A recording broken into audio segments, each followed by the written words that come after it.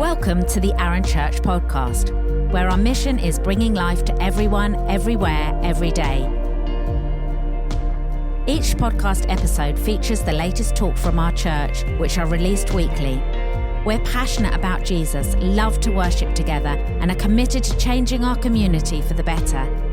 Connect with us at arunchurch.com.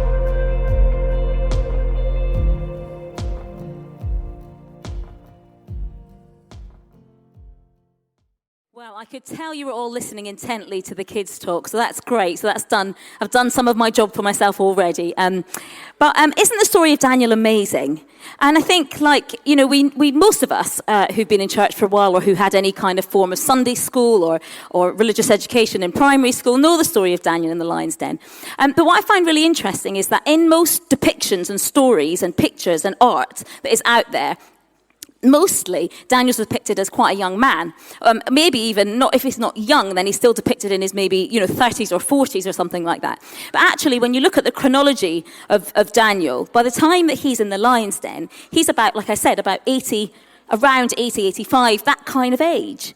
So Daniel isn't a young man by this point, but he starts off in Daniel chapter 1 as a young man. And I wanted to do that visual demonstration with the boys there because that's the kind of age Daniel was at when he was taken into captivity. And you young people here, I mean, can you, for all of us, but you guys, can you imagine being taken away from everything that you know, from your security, from your friends, from your, if you've been in church for a while, from your church family or your wider community, and being taken to somewhere that was completely different. Where they were taken to, those Daniel and his friends, they were taken to somewhere that was a completely different culture from that they'd grown up in. And they'd been ripped from that culture. It wasn't just a gentle, steady thing. It was ripped from what they knew to what was unknown and unfamiliar. And Daniel starts off with telling us this bit of the story. And they walk, I think it's hundreds of miles from Jerusalem to Babylon. Hundreds of miles. Okay, so they've been ripped and torn from their families and their communities, and they walk hundreds of miles in captivity to Babylon. They're about to embark on a 3-year training program that the king has planned for them. And the king has planned to indoctrinate them, to teach them the culture, to teach them the language in Babylon, to teach them their literature, to teach them and basically indoctrinate them to become and absorb into the land of Babylon. They're being trained to be absorbed into that land, and not only to be absorbed into it, but to be leaders amongst that land and that nation. That's how it starts. And they get to this place in Babylon, and the king's there, and he's not, at this point, it doesn't tell us that he's there being harsh and cruel. It tells us that he gives them his food. Come to my table, come and eat. I've got some great food for you, and I've got wine. And it's delicious. And I don't know about you, but I know you young people. And if you've ever had a young man in your home and fed them dinner, you know that they keep eating, right? They've eaten, Joe and Carolina, what is it like? They've eaten an hour later. I'm hungry, isn't it? I'm hungry. An hour later, they have their second dinner. They arrive here and the king says, have my food, have my wine. I don't know about you, young or not, I'd be tempted to say, yes, thank you very much indeed, and eat away. But the food that's prepared for them isn't prepared in a way that honors the Israelite tradition, that doesn't honor God's rules and God's laws. And Daniel chooses at that age, at the age of our young people, at the age of you guys, to set himself apart for God. And my first little point, and that really, if we just stick to this one, then that's enough. Daniel chapter 1, verses 8 to 9. They've arrived in Babylon, and it says, but Daniel resolved not to defile himself with the royal food and wine. It goes on a little bit and then says, now God had caused the official to show favor and sympathy to Daniel. Daniel, I'm not going to go into too much detail about this. Go and look back yourselves at the Bible. But basically Daniel says, I'm not having your food and wine. I'm only going to eat vegetables, because he knows that's fine. He knows that's safe, and that's sticking to the rules and the laws that God set before him. He's setting himself apart, not to take part in what looks good and tastes good and it's being offered to you. It doesn't say that everyone did that. It said Daniel and Shadrach, Meshach, and Abednego, as we know them later on, Hananiah, Azariah, and Mishael, as we're known now, don't do that. They don't take part in that. But it says also that they find favor. They find favor, even making those choices. So right from that moment, at the age of these guys who were standing on the stage, at that moment, Daniel resolved. But Daniel resolved. So my first point, and in a way I could just drop the mic now, is don't you want to live a life that's resolved to follow God and what he asks of you? It's not an easy thing to do. I mean, how many times in my own life do I say, oh God, I won't do that again, or I'm not going to be tempted by this, and then, 2 days later, maybe I'll watch that again, even though I know I should be doing something else with my time. I'll just watch. This morning, I was praying, looked up something on my phone. 5 minutes later, I'm looking up Christmas presents because it's Black Friday and it's 40% off. So I really should be looking at my phone. Then I'm talking about this, and I'm like, Joe, how much resolve do I have? So I wasn't going to do this, but my first point is when you want to read the Bible, don't read on this. Read on this. Not because there's anything wrong with reading your Bible on this, but if you pick up this, you're buying your Christmas presents. Or you're comparing your lives. Or you're setting a picture of yourself going, here I am in my Bible time. Resolve. I mean, there's nothing wrong. If this is where your Bible is, great. This is handy. If you're on a tube and you're doing something, this is brilliant. There's nothing wrong with that. But find these, pick them up, resolve. There's little decisions and little choices that we can make to help us in this world that we're living in. Because we're living effectively in Babylon. What do I mean by that? We're living in a culture that we are not born to live into. We're born in this place for such a time as this to be here.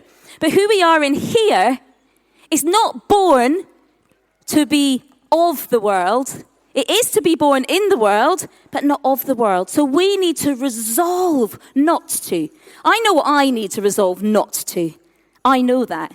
What do you need to resolve not to? So that you can live a life set apart, so you can live a life holy, so that you can live a life that is saturated in God and in what he asks of you. Daniel is an incredible young man and then grows into an incredible middle-aged man and then grows into an incredible elderly man. And he is faithful in what God calls him and what God asks him to do. It says in Daniel chapter 1, verse 20, again, when he was young like these guys, in every matter of wisdom and understanding, he, that's the king Nebuchadnezzar, found them, so the Israelite men, young men, 10 times better than all the magicians and enchanters in his whole kingdom. These kids who'd set themselves apart to live a holy, godly life had distinguished themselves amongst many because of who they were and what they were doing and who they were in God. And that was apparent and shining out to the world that they were living in. They were choosing to set themselves apart, but they were shining out to the world that they were in and the culture that they found themselves in. I'm going to do a really, really quick summary, genuinely, of Daniel's life up until we get to the chapter of Daniel in the lion's den. Okay, so quick tour through the first 6 chapters of Daniel. Chapter 1, we find, as we saw, the capture of Jerusalem by the Babylonians and the first wave of the Israelites taken to Babylon by King Nebuchadnezzar. So that was Daniel and his buddies. Chapter 2, King Nebuchadnezzar has a dream. Daniel interprets this dream when nobody else could, and he's promoted up within the king's palace and within the king's service. And God is glorified. God gets the glory. Not just from Daniel, but God gets the glory from the people who are of that world too. They see God, they see him, and they glorify him. Chapter 3 is where we have, if you probably know it if you've been in church for a while, the story of Shadrach, Meshach, and Abednego, Daniel's 3 friends. Basically, the king at that point says, builds a big statue of gold and says, everyone worship me. These guys say, no, we're not worshiping you. They get thrown into literally a pit of fire. Right, you're going to die, right? No. God sends an angel. There's a 4th man in that fire. You've heard that song, there's another in the fire. And God supernaturally rescues them. Not a tiny bit of them is singed. Not a hair is singed. Not their clothes are singed. They come out supernaturally. And Daniel knows this and watches this. And God is glorified again. Chapter 4, King Nebuchadnezzar has another dream. And Daniel interprets it. And God is glorified. Chapter 5, it's confusing. Go back to study it with the commentary I would recommend. So King Belshazzar now is King Nebuchadnezzar's son. We've got King Nebuchadnezzar. Now we've got King Belshazzar. And Daniel has to start all over again. So he's proven himself to King Nebuchadnezzar. Now he needs to prove himself to King Belshazzar again. And there's this whole thing with some writing on a wall. Everyone's confused and a bit freaked out, as somebody said down the bottom there.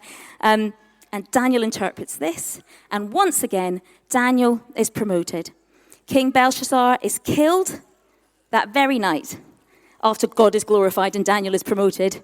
And Babylon is now taken over by King Darius, the Mede, and the Persians. Okay, we caught up. We're at that point. So we've had King Nebuchadnezzar, King Belshazzar.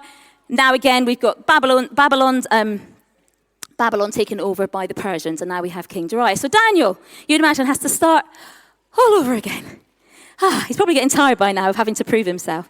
But Daniel is such an amazing chap. This is what it says. Now Daniel so distinguished himself among the administrators and the satraps by his exceptional qualities that the king planned to set him over the whole kingdom. So this is Daniel, basically a slave. I mean, yes, a slave with high prominence, but taken into captivity, finds favor in the eyes of man and of God, has exceptional qualities, is living a life set apart for God. And here he is, basically second in charge in the whole of the Persian kingdom. And it says he's in charge of 120 satraps, and he's about to be put in charge of these guys and the 3 that are overseeing those. The satraps, all that means is it's local leaders. So a satrap was a leader of a local province. So they had somewhat of power and authority in that region, but they didn't, because the ultimate power was for the emperor and for the king. So Daniel was put in charge of all these local leaders. He's basically like your kind of assistant king, almost. That's as far as he's got. And these guys who are all corrupt. There's corruption. Sound familiar? There's corruption in the leaders and in the governments and in the governing. There's corruption in that. The only one who's not corrupt is Daniel. And do you think the other guys are wandering around going, and we know they're not, going, oh, great, isn't Daniel good? What a great guy. Oh, he's so good. No, they want him to be as corrupt as they are. And they can't stand it when they can't turn him and twist him and tempt him. Come and eat food from my table. Come and sleep with this beautiful woman over here. Come and do this. Come on. They can't tempt him. And are they impressed by Daniel's behavior? Absolutely not. I don't know about you, but if you've ever lived a life set apart, sometimes you can find that favor. And that sometimes you can find that, and sometimes you don't. You find nobody's impressed, and they want to tear you down. Someone I know had a time at university when they lived a life set apart in their flat that they lived in and in their home. And the people around him didn't live a life set apart. They lived a life of pornography and sleeping around and getting really drunk and loved it. They loved it all. They thought it was the best thing, and they couldn't corrupt this guy. And he got bullied and treated atrociously because he lived a life set apart. But you know what God would say? God says, well done. Well done for not doing that. Well done for not standing in the place that they stood in. Well done for being faithful. Well done. Well done. So if you're in a position just now where perhaps you are being tempted, perhaps you have found yourself where you are being a bit defiled by Babylon around us. We're all there sometimes. Right, I'd love to say I was a Daniel and never did anything and was always wonderfully walking around, doing the right thing, making the right choices and praying 3 times a day, every day, no matter what happened, and not eating the food and the wine that was offered to me, and not looking at things I shouldn't look at, or doing things I shouldn't, or having conversations I shouldn't have. Of course I'm not living like that. I try and hopefully make an okay job some of the time. But if that's you, don't let this make you feel shame. Just make a resolve. But Joe resolved not to. But resolve not to. Don't live like you're part of it, like you look like and sound like and talk like that. Look like you're set apart from God, but distinguish yourself because of your exceptional qualities, because of who you are in him, because of who he says you are and what he has done for you in your life. So what can we learn from Daniel in the lion's den? So he gets to the lion's den and he's lived this life. He's lived already this life of faithfulness, this life of being set apart, this life of resolve. And he's dedicated to God. He's dedicated to everything that God says for him to do. He's devoted. He is devoted to God. He spends his time in prayer 3 times a day. And chapters 7 to 12 of Daniel are full of prophetic words that God has given Daniel. It doesn't follow the same chronology. They kind of go back to different times in Daniel's life. But the fact that God speaks to Daniel like that shows me that Daniel comes to God in prayer, but he also stops and listens to what God is telling him. He stops and he listens to what God is telling him. Just what Becca was saying about the Mary and Martha thing. We need to be Mary sometimes. We need to be like Daniel. We need to stop. Put your phone down. Switch off the TV. Don't eat for a day. Fasting, that's called. You need to stop and listen to what he's going to say to you. Daniel lived a life that was set apart, devoted, resolved, dedicated. And Daniel remained. I mean, I didn't plan what people brought up this morning before I spoke. But John started this meeting, 79 years old. John lived a life where he loves God. He prays. He knows his Bible. He's dedicated to what God speaks to him, and he listens and loves God. So when John faced his lion's den, this last while, John knew where to turn. He knew where to go. He knew where to put his faith. He knew where to stand, because he's lived a life of doing that. So whether you are young, tiny, or old, or thinking, I'm done now, everything, retirement, nice. We know that it's not like that. You might face your lion's den later. And I'm not saying that to scare you, but for us to be resolved and dedicated to God, so that when we face our lion's dens, which we will face, we all do at certain times, the dark night when the stones rolled on top and it's dark in there. Pictures of Daniel show him with the light pouring in. There was a stone on top of a pit and it was night time. Where's the light coming from? Why do they show? I mean, a picture would just be black, so that's probably why they don't paint it that way. It'd be a bit boring. There's Daniel. Oh, that's a good idea for Tate Modern. Daniel and the Lion's Den. Right, but if you, sorry, I'm sidetracked there. Daniel faced a dark, lonely night with the lions prowling around him. Oh, I would have loved to have seen what that was like, because we don't know. We don't know what happened to Daniel in the lion's den, other than that he didn't get eaten. But before the lion's den, the king gave the order. Remember what I said? The king is probably Daniel's friend. He's the second in command. The king knows Daniel's actually the only one he can trust. And he's been tricked into killing him. The king is not happy. The king is not happy. And but he had to give the order because he'd sealed it. And at that time, once he'd sealed the order, he had to go through with it. So the king gave the order, and they brought Daniel and threw him into the lion's den. The king said to Daniel, "May the God you serve continually rescue you."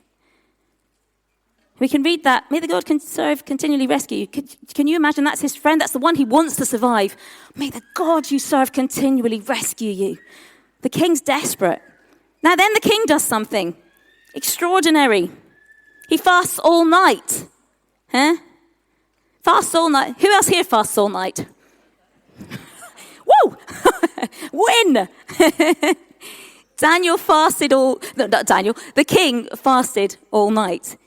I wonder why, it doesn't say this, but I wonder why the king thought that he should fast. Now, if you're a king at that time, you just call for food. It's a bit like room service. Bring me a burger and some chips, please. Chocolate cake, glass of wine. That's what the king's used to doing. And if the king couldn't sleep, he'd bring in musicians, he'd bring in food, perhaps women. That's what he would do. But it says that night, the king didn't do any of those things. What did the king do? The king fasted. Why? Do you think he was used to fasting? Because he'd watched Daniel fast. And something in the king went, this is what's made the difference in his life. So I'm going to do this. And the king was restless. In fact, Daniel chapter 6 tells us more about the king's night than it tells us about Daniel's night. So the king who doesn't know God only has a glimpse of God through the life of Daniel. The king begins to panic and thinks, what am I going to do? So the king fasted all night and was restless and desperate for his friend, his confidant, his one person he could trust to survive to the morning. And he does. And then the first thing, this is the only thing we actually know about Daniel in the lion's den as such. What happened in the lion's den? Daniel says to the king when he comes up, "My God sent his angel and he shut the mouths of the lions. They have not hurt me because I was found innocent in his sight." That's all we know. Would you not like to know some more? What did you pray? What happened? Did you cuddle the lions?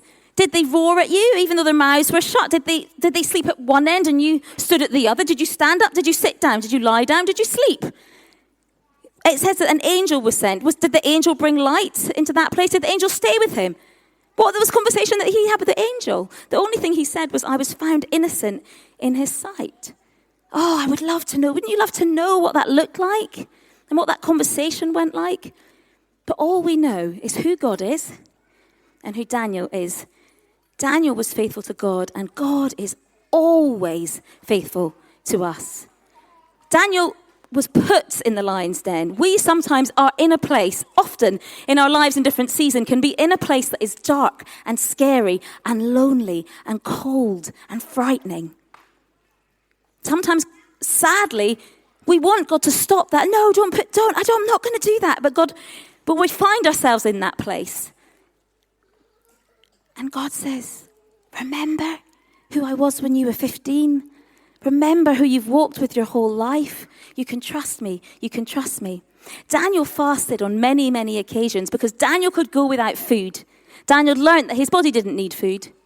But what his body and his mind and his soul and his spirit could not do without was prayer and the presence of God. What would my life look like if I could go without food?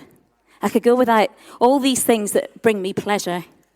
But I can not go a day, not half a day, without praying and knowing God. I'm not saying that's what my life looks like. I'd like to think it did. Some days it doesn't at all. What would you find easier, to go a day without prayer or to go a day without food? If you're really honest with yourself. I want to challenge you, and I want to challenge me in this. Wouldn't it be amazing if we were like Daniel? And we couldn't go a day, a moment, a minute without prayer. And prayer in that respect isn't just asking. It's stopping, it's sitting, it's listening. It's allowing God to speak over us, over you, his promises. Like Emily said, allowing God to speak his promises over you, specific to your life and what he's saying to you. Do you know God's voice when he does that? This is used in Alpha all the time, in the Alpha videos of talking about prayer. Nicky Gumbel uses two examples when he talks about this. One is when you go to the doctor and you tell the doctor what's wrong. You don't tell him, "I've got a tummy ache and a little bit of a sore thing here and a little odd thing here," and then walk off. "Thank you very much, doctor. I'll see you later." You go to the doctor, you tell him those things, and then you wait and see what he says. So when we come to God with just our stuff, blah, blah, blah, blah, blah, we bring our stuff. That's right, we do. But when we just bring our stuff, we don't hear what he says. We're missing half of the conversation. But God has given us this to hear his voice. He's given us people around us, wise people who love him and know him, people who, like Daniel, are older and they've walked a faithful life, that we can come and say, "Lynn, can you pray with me? Can I tell you about something that's happened?" And Lynn, I know, has walked a faithful life, and she can come and she can speak God's words into my life. This morning I drove here via the beach and walked past Steph. Is Steph here? Steph Spanner? Steph. Yes, hi Steph. And I could see that she'd been walking and praying before church. And I'd been planning this, and I saw Steph, and I thought, there's a woman who was not going a day without praying. She's coming to church. She doesn't need to pray before church. Why do you need to pray before church? She's coming to church to pray. She's coming to meet with God at church, so why is she praying before church? What's the point in that? Because Steph knows that she needs God more than food, that she needs God more than that little tiny bit of extra time in her bed, that she needs that time with him because she's walked that walk and faced lions. And all of us will face lions and the dark night. But if we've learnt to live a life, the stone was rolled from the lion's den. And Daniel was set free. And Daniel was safe. The stone was rolled from the tomb. Jesus was alive. And we were set free. and we were safe. And we were safe. And we may not live a life righteous like Daniel's. In fact, if we were honest, does anyone here live a life like that, really, every day? Maybe. And if you are, please, pray with me later. Jesus died. He took on our sin, our mess, our stuff, so that we could live a free life. And we are clothed. It says in the Bible that he clothes us with his righteousness, with Jesus' perfection, with his goodness, with his faithfulness, with the purity of his life that he walked on this earth in. He clothes me with that. So I don't have to live a perfect life, thank goodness. But you know what? I want to live a life of resolve.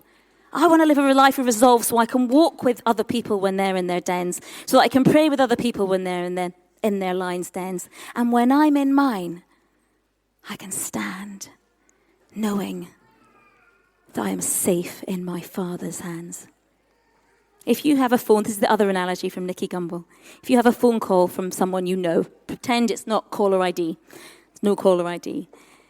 If it's someone you don't know, you've got no idea who's calling you. If it's someone you love, you know their voice. If my Ben calls me, my husband, I know it's him immediately. Don't even need more than half a word. Or my mum and dad, or my good friends. I know exactly who it is. So do you know God so that when he speaks, you know it's his voice that you're hearing? Not the voice of Babylon saying, come on, this looks so good, come here. Living a life set apart. Jesus died to give us freedom. Let's walk in that freedom, in his righteousness, and let's resolve to live a life not defiled by the world we live in. And if we mess up, Jesus' grace covers it all. If/when. But let's try. So my challenge to us this week is what is it that you need to be resolved in? What is it that you need to be resolved in? Spend some time asking God about that. And if you find yourself in a lion's den, I was going to read this, but I won't. If you write this down if you've got a phone, Psalm 57. Psalm 57 is basically a mirror. This was David before Daniel was in the lion's den. I think Daniel prayed this prayer. That's what I think. Daniel prayed this prayer all night long. It prays about lions being proud. It sings about the enemies being put into the trap that they had set. And then it glorifies God. And David sings, awaken the dawn, awaken the dawn. Becca spoke about singing last week. Emily spoke about it again today. Sing in the dawn in your lives. Sing in the dawn of your friends' lives by praising God, worshipping him, standing true on who he is, not the lions around you, but who he is. Okay, band, if you'd like to come up. And thank you. And I'm just going to pray. Just as they're coming up, I'll read you a little bit from the Psalm 57 as they're coming. This is David. This is from the Message version. I find myself in a pride of lions who are wild for a taste of human flesh. Their teeth are lances and arrows. Their tongues are sharp daggers. And then David sings, soar high in the skies, O God. Cover the whole earth with your glory. They booby-trapped my path. I thought I was dead and done for. They dug a man-trap to catch me and fell in headlong themselves. I'm ready, God, so ready, ready from head to toe, ready to sing, ready to raise a tune. Wake up, soul. Wake up, harp. Lute, wake up, you sleepy-head son.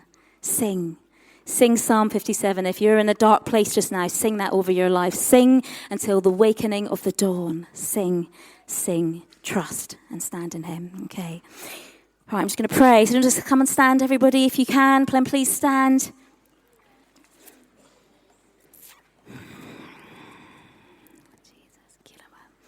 Holy Spirit, thank you. Thank you that you're here with us. Thank you that we're never alone. Thank you that even if the darkness and the prowling lions seem overwhelming, you are in that place with us. We are not on our own, and the dawn will come.